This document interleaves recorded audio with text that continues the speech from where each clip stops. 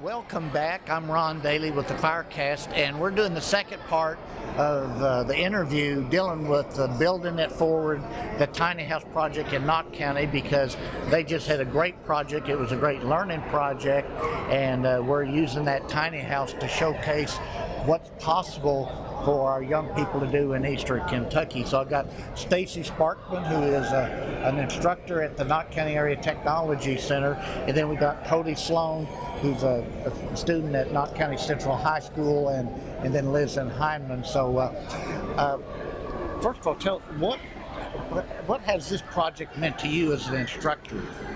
This has been the best project that we've done since I've been teaching, because it teaches the kids how to work together. It lets them see their work.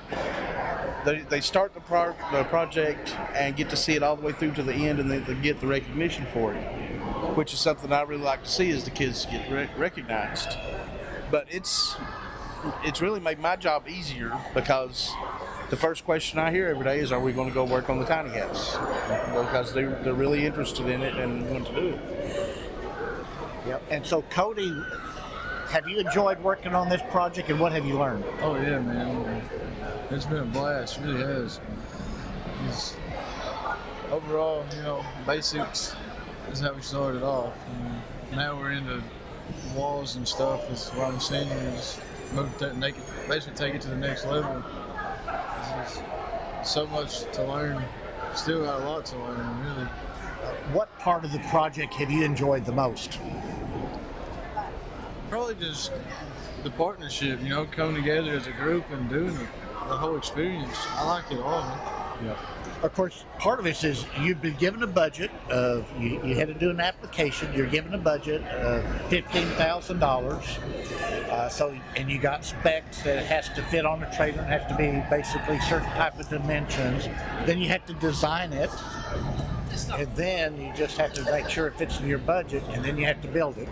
And then you got to have it ready by this April 11th, so we can showcase it here at the next Fire Summit. Yeah, and that's the big thing, is the students are the ones who design these things. Yeah. I don't go in with a blueprint and say, this is what we're going to do. We sit down and say, all right, we've got to fit on this size trailer. What do you all want to put there, and how are we going to make it work? Yeah. And I know in the last tiny house, the students were very interested in energy efficiency, solar energy, and all that. So, what is this design? How's this going to be different from the previous one? Oh man. Well, first off, it's bigger, so a lot more to do there. Probably going to stick with the same electric, how we did that last year. I'm not quite sure on that yet, though, to be honest.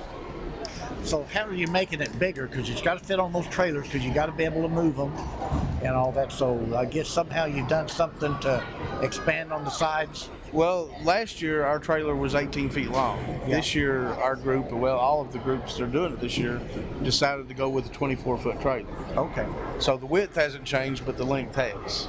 And how many square feet will that be?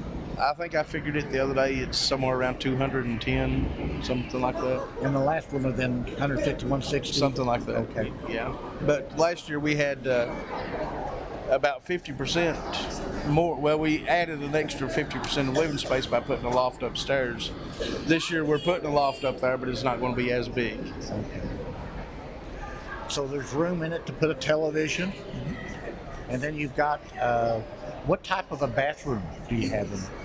Well, we don't have a big bathroom this year. We got a standing shower. We got the sink in the wall, basically, so that saves us some floor room. Make it look bigger and feel bigger. Okay. Do you, Cody, do you think you could live in a tiny house? Oh yeah, for sure. Especially this one. The way it's going to be. You're going to have plenty of room.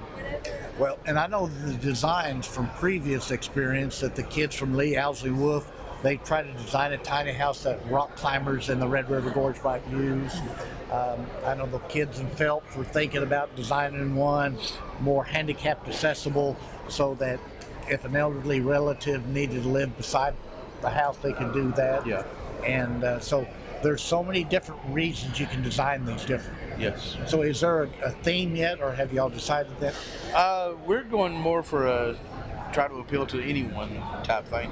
One thing we did do this year, last year our sleeping area was upstairs, and we've moved that downstairs this year because that was the one concern that most people had about having a parent live in it or something like that. Although yours last, it looks like you could almost sleep on the little couch or something there too. So yeah. Okay. Anything? What have you learned from this project? The biggest thing is small isn't always easier. No, I've really learned this has opened my views up on, instead of having a bunch of smaller projects for the kids to learn individual things over the years, you do this one big project and they get to learn the whole scope of the project. Okay. Well, hey, I just want to thank y'all for being on the program. Appreciate it. And thank you, Cody, and all this. And we'll be talking to y'all later. Thank you for having me.